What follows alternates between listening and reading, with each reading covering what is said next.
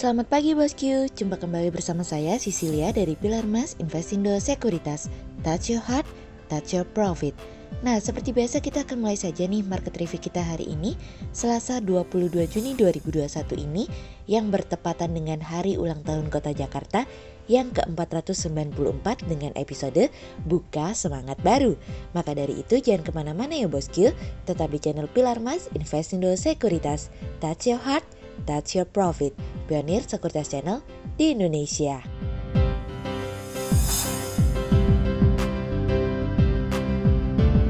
Seperti biasa kita akan mulai dari Global Economics Calendar.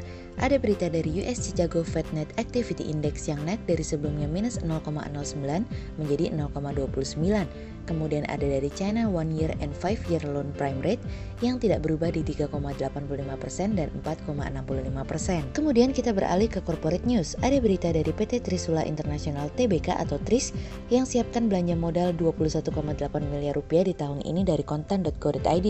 Kemudian ada dari PT Intiland Development Tbk atau DILD yang raih marketing sales 947 miliar rupiah hingga pertengahan Juni 2021 dari kontan.co.id.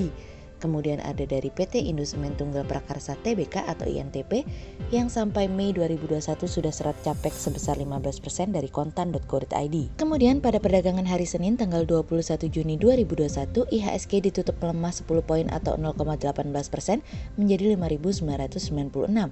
Sektor properti, energi, industri dasar, teknologi, keuangan, infrastruktur, konsumer siklikal bergerak negatif dan mendominasi penurunan IHSG kali ini. Investor asing membukukan pembelian bersih sebesar 2.100 miliar rupiah. Kemudian kita akan masuk ke market review kita hari ini. Cerita hari ini akan kita awali dari Powell, Yellen, dan Biden. Powell, Janet Yellen akan melakukan diskusi bersama Biden pada pertemuan pertama mereka dengan para regulator keuangan di White House bersama dengan Gary Gensler sebagai kepala SEC, Rusty Benham sebagai pejabat Commodity Future Trading Commission, Dave Wejo sebagai Director of the Consumer Financial Protection Bureau, Jelena McWilliams sebagai Chairman Federal Deposit Insurance Corporation, dan Michael Hsu sebagai Controller of the Currency. Ini akan menjadi pertemuan tatap muka pertama antara Powell dengan Biden sejak Biden menjabat yang akan menimbulkan spekulasi. Akan kemanakah arah perekonomian setelah mereka bertemu? Pertemuan ini akan memberikan Biden sebuah gambaran mengenai update terbaru dari sistem dan lembaga keuangan negara, termasuk di dalamnya prioritas peraturan yang terkait dengan perubahan iklim, inklusi keuangan dan pemberian kredit yang bertanggung jawab kepada para pengguna. Di bawah pemerintahan Biden, Badan Pengatur Keuangan Washington ingin berfokus terhadap bagaimana cara menghadapi perubahan iklim, karena tentu saja green energy menjadi salah satu yang dapat mendorong pertumbuhan ekonomi secara jangka pendek. Di tengah pertemuan antara berbagai regulator keuangan, para pejabat The Fed lainnya seperti Kaplan, Dalio, dan Bullard menyerukan untuk melakukan penyesuaian kebijakan dengan resiko inflasi. Kaplan sendiri mendorong untuk memulai proses pengurangan pembelian obligasi dari The Fed yang sedang berlangsung, bahkan dirinya mengatakan lebih cepat daripada yang diproyeksikan. Bullard bersama Kaplan mengatakan dalam acara Forum Moneter dan Lembaga Keuangan di mana mereka mengatakan bahwa kita harus bersiap ada risiko kenaikan inflasi dan hal tersebut berpotensi naik lebih tinggi dari yang kita bayangkan. Kaplan mengatakan bahwa situasi dan kondisi akan menjadi lebih sehat karena kita telah membuat kemajuan dalam mengatasi pandemi COVID-19 sehingga target untuk menopang perekonomian tercapai. Hal ini yang mendorong Kaplan melihat bahwa karena adanya kemajuan maka target pembelian obligasi di pasar dapat dikurangi. William sendiri, Presiden Fed dari New York, mengatakan bahwa lonjakan inflasi yang terjadi akhir-akhir ini hanyalah fenomena sementara. Dirinya pun berharap bahwa ketika ketidakseimbangan jangka pendek terkait dengan pembukaan ekonomi yang sedang terjadi berangsur-angsur akan reda, dan ketika itu pula inflasi akan mengalami penurunan dari kisaran 3% hingga 2% pada tahun depan. Williams juga masih belum begitu yakin bahwa perekonomian akan pulih secepat ini karena dirinya melihat masih ada perjalanan yang begitu panjang untuk dapat kembali pada kekuatan penuh. Williams merupakan sosok yang cukup berpengaruh yang berdiri di belakang Powell nih bosku. Jadi kami yakin suara Williams merupakan suara dari Powell. Berbeda dengan Williams, Dalio mengatakan bahwa saat ini sangat mudah bagi The Fed untuk melakukan pengetatan dan Dalio berpikir bahwa The Fed harus melakukannya. Namun seperti yang kita ketahui bersama bahwa pasar dan ekonomi saat ini sedang berada pada area yang cukup sensitif, sehingga dampak dari setiap keputusan tentu saja akan memberikan dampak yang begitu besar terhadap pasar tidak hanya Amerika, tapi juga emerging market ke depannya. Mnuchin yang juga diundang dalam forum tersebut mengatakan bahwa dirinya merasa investor tidak siap untuk melakukan pengetatan kebijakan moneter. Namun memang benar, Mnuchin menambahkan bahwa tidak perlu diragukan lagi bahwa The Fed akan memasuki tahap normalisasi tingkat suku bunga dan normalisasi portofolio. Sejauh ini kami melihat bahwa pasar berkembang di wilayah Asia cukup tertekan tatkala The Fed akan melakukan pengurangan pembelian obligasi karena adanya ekspektasi kenaikan inflasi dan tingkat suku bunga. Dalam penjelasan di depan Kongres tadi malam, Powell mengatakan bahwa saat ini bukan waktu yang tepat untuk membahas mengenai kenaikan tingkat suku bunga. Namun, fokus pembahasan masih akan berkisar mengenai pengurangan pembelian obligasi. Powell sendiri mengatakan bahwa inflasi akan terus meningkat namun akan kembali kepada target The Fed yang berada di kisaran 2% setelah supply teratasi. Ketika supply teratasi, maka inflasi diperkirakan akan turun dan akan kembali kepada tujuan jangka panjang The Fed. Selama kongres berlangsung, Powell terlihat optimis loh bosku.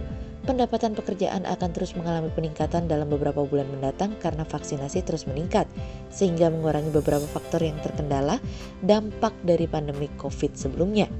Perekonomian Amerika terus melaju.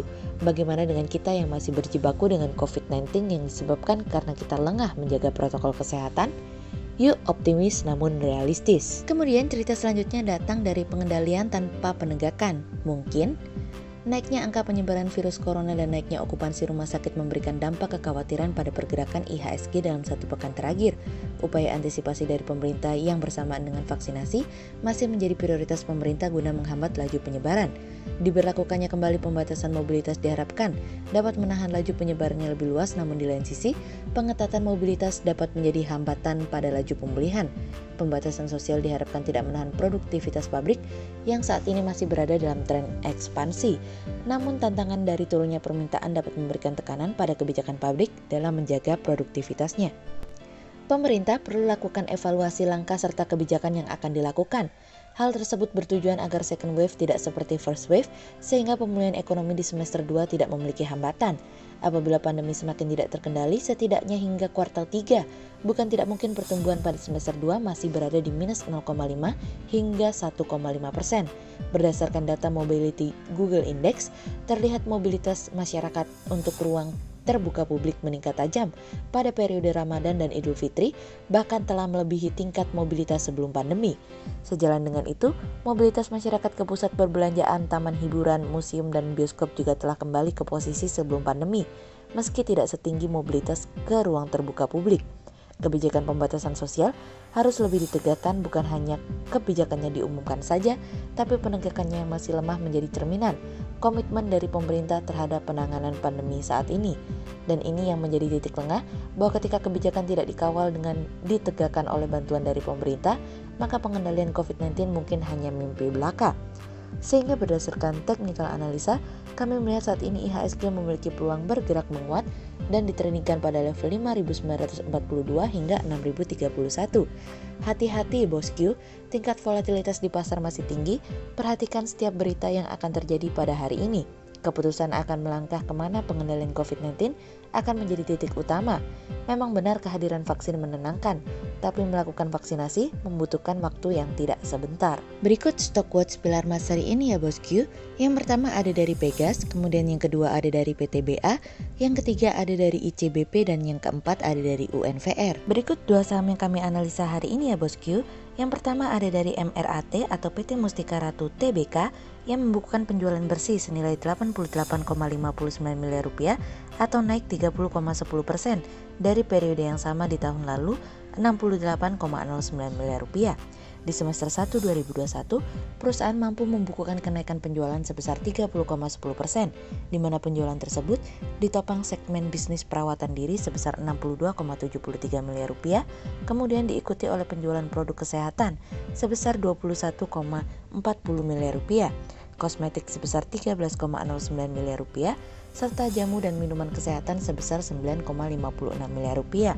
Sehingga berdasarkan technical analisa dalam tren per jangka waktu short term berpotensi untuk bullish dengan target 415 dan tingkat probabilitas sebesar 36%. Sementara dalam jangka waktu long term berpotensi untuk bullish dengan target 595 dan tingkat probabilitas sebesar 50%. Kemudian yang kedua ada dari INTP atau PT Indosemen Tunggal Prakarsa Tbk yang sampai Mei 2021 sudah serap capex sebesar 15%. Hingga bulan Mei 2021, perusahaan telah menggunakan biaya modal atau capex sebesar 15% dari total capex yang dicanangkan tahun ini, yakni sebesar 1 triliun rupiah sampai dengan 1,1 triliun rupiah. Dana sebagian besar digunakan untuk pemasangan bagian filter penangkap debu di salah satu pabrik kami di Citerep dan penyelesaian proyek fasilitas penerimaan refuse derived fuel atau RDF di Citerep, juga persiapan pemasangan fasilitas PLN di pabrik Tarjun. Sehingga berdasarkan technical analisa dalam tren pada jangka waktu short term berpotensi untuk bearish dengan target 10.550 dan tingkat probabilitas sebesar 74%. Sementara dalam jangka waktu long term berpotensi untuk bullish dengan target 19.800 dan tingkat probabilitas sebesar 65%.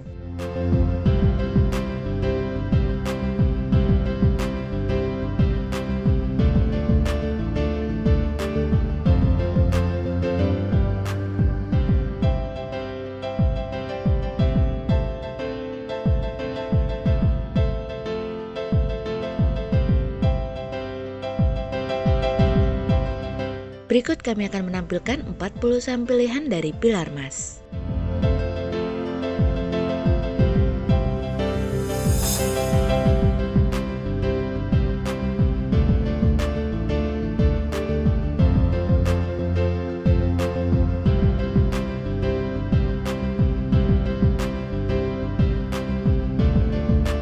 Sekian untuk review market kita kali ini ya bosku. Untuk info lebih lengkapnya bosku bisa download PDF dengan klik link di bawah video ini, atau bisa juga langsung akses ke website kami di www.pilarmas-investindo.co.id.